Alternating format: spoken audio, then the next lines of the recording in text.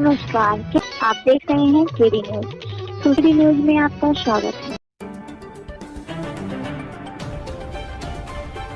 खबर सुल्तानपुर जनपद से है, जहां कूरेभार पुलिस और क्राइम ब्रांच ने 6.5 लाख रुपए के साथ 2 आरोपियों को गिरफ्तार किया है। आरोप है कि एटीएम मशीन के सॉफ्टवेयर में छेड़छाड़ करके अच्छी खासी रकम यह अभियुक्त उड़ाते थे। इस बड़ी कार्रवाई में एक आरोपी के पास से पिस्टल भी बरामद हुई है। कूरेभार थाना क्षेत्र के मुजेश चौराहे के पास से इन अभियुक्तों की गिरफ्तारी की गई है। बताते चले कि पुलिस अधीक्षक कार्यालय में एसपी सोमेन वर्मा द्वारा खुलासा करते हुए बताया गया कि मुखबिर की सूचना पर अभियुक्त जयशंकर तिवारी थाना क्षेत्र धनपतगंज को मैं असलहा जब पकड़ा गया और उससे गहराई से पूछताछ की गई तो उसके द्वारा बताया गया कि यह पिस्टल उसने सिक्योर इंडिया वैल्यू के अधिकारियों कर्मचारियों को डराने धमकाने मारने के लिए खरीदी थी। साथ ही यह भी बताया कि उसके द्वारा भारी मात्रा में पैसों का फ्रॉड एटीएम बीएसएनएल मशीनों के सॉफ्टवेयर में छेड़छाड़ करके किया गया है, जिसकी वसूली उक्त कंपनी के कर्मचारी करना चाह रहे थे।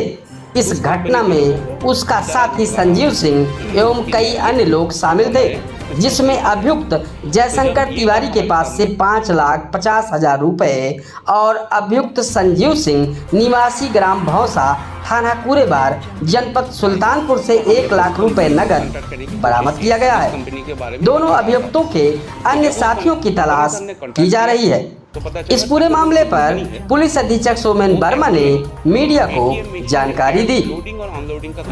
सर, आज किस तरह का खुलासा था? ये एक नया टाइप का क्राइम है जिसका आज खुलासा किया गया है।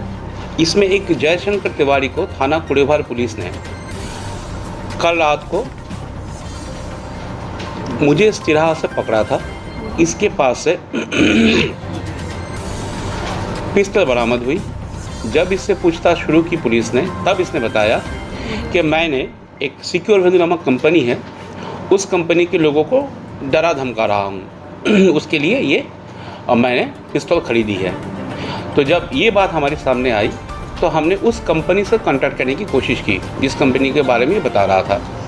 तो जब उस कंपनी से हमने कांटेक्ट किया तो पता चला सिक्योर वैल्यू जो कंपनी है वो एक्चुअली एटीएम मशीन में कैश लोडिंग और अनलोडिंग का काम करता है।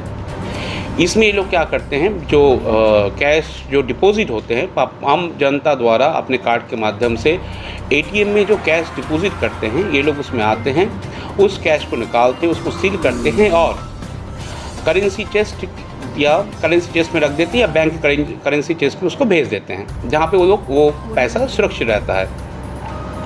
यहाँ पे जो जयशंकर तिवारी है, इन्होंने अपना एक गिरोह बनाया।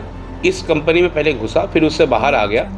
उसके बाद अपने गिरोह के माध्यम से ये जो पैसे डिपॉजिट हो रहे थे, इन डिपॉजिट एटीएम से उन पैसे को ये उड़ा लेते थे और जितना डिपॉजिट उस कंपनी को होना चाहिए था उतना कंपनी को डिपॉजिट नहीं करवाते थे, क्योंकि ये सील्ड, जब डिपॉजिशन शुरू होता उसी समय ही ये पैसा सील्ड हो जाता है।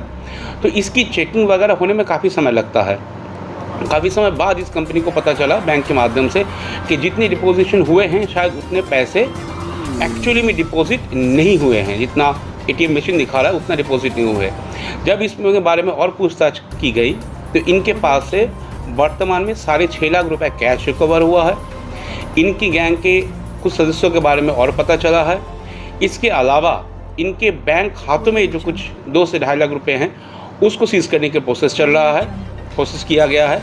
इसके साथ साथ ये भी पता चल रहा है कि ये रैकेट काफ़ी दिनों से काम कर रहा था, अलग अलग जनपदों में काम कर रहा था। कुछ जगह की हमें सीसीटीवी फुटेज उपलब्ध हो पाई है और अगर सही माना जाए, अगर सही चेकिंग मतलब सही अगर डेटा हमारे पास आ जाए, जिसके लिए हम अवेट कर रहे हैं, तो हो सकता है ये शायद कई लाखों रुपए की चोरी एक तरीके से या कई करोड़ रुपए की इसमें घोटालेबाजी हुई है।